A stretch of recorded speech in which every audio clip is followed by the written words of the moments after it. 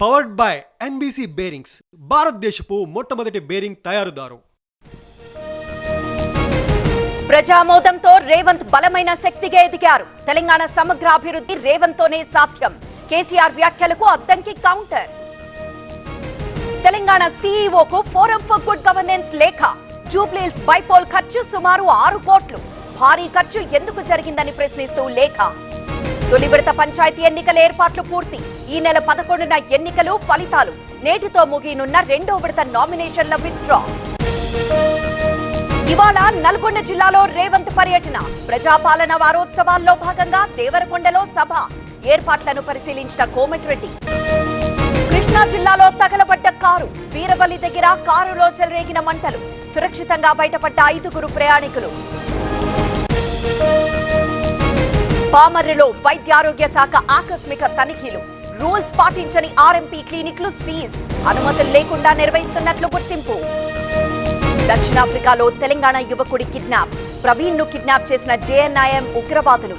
విడిపించాలని ప్రభుత్వానికి తల్లిదండ్రుల వినతి. శంషాబాద్ లో 43 ఇండిగో ఫ్లైట్ సర్వీసులు రద్దు. ఎయిర్పోర్ట్ లో అయ్యప్ప స్వాముల పడిగాపులు.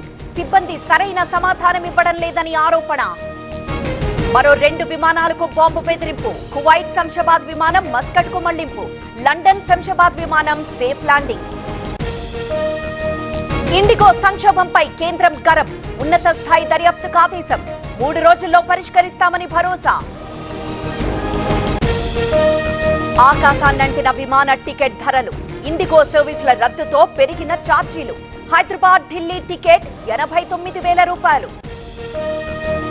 బెంగళూరు ఎయిర్పోర్ట్ లో ప్రయాణికుల ఆందోళన. ఇండిగో విమానాల రద్దుపై ఆగ్రహం.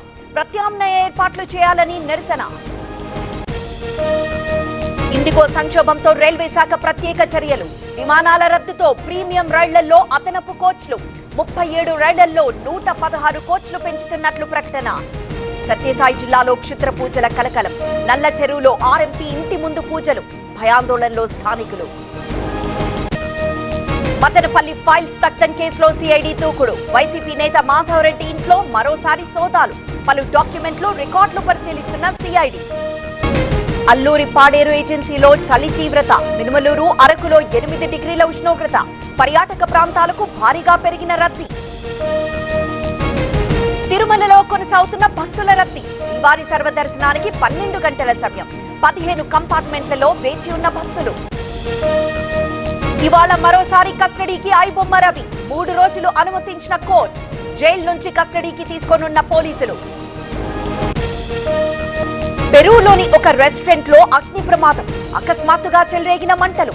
అదుపు చేసిన ఫైర్ సిబ్బంది.